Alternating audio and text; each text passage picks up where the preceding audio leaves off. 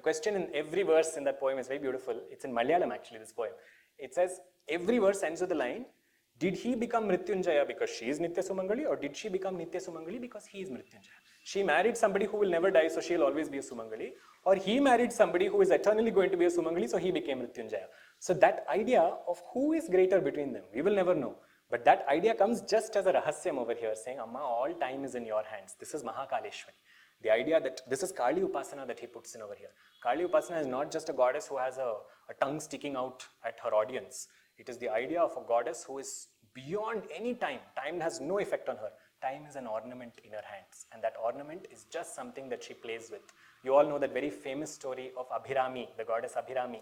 When a Bhakta says he's so lost in her dhyanam, that when the king asks him what tithi is today, he says it's Poornima, when in reality it is Amavasya.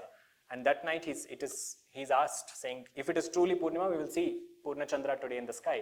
And everybody else wants to go out to challenge and to see and to prove him wrong. And that night suddenly they see a full moon glowing, because the goddess took the earring that is Chandra and threw it into the sky so that it lit up for that Bhakta. So that is the idea that she can reverse the course of time.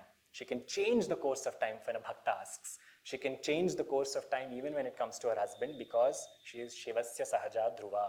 She is eternally inseparable from Shiva. So that is one more beautiful swaroopam of Devi that he brings out. And in the conversation of bringing out her love for Shiva, he says this love is also, where is it coming from? What is, when we think of Devi, a color that we very naturally associate with Devi is Raktavarna. Because everything about her, Sindhura Aruna Vikram, she is Sindhura plus Aruna. That's two shades of red over there put into one murti. Where is this red coming from? Red in a modern context is about traffic signals, it's about the color of blood and all of these things. But red has a very positive connotation in the idea of culture. We say varnanam, adhyam, lohitam. Amongst colors, red is considered to be the first color. Because the idea of red is about the idea of spandana. It is the idea of vibration. When Paramashiva, who is said to be detached from all of this world, who has absolutely no bearing, no interest to create, suddenly he says, I want to.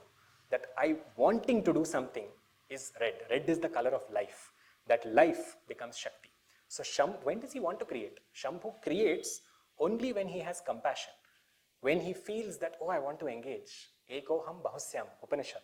When one me wants to become multiple, when one Shiva says, I will multiply, that comes out as energy. That white Shiva becomes red Shakti. If you understand this, you'll understand why in Shiva temples they'll give you vibhuti as prasadam, and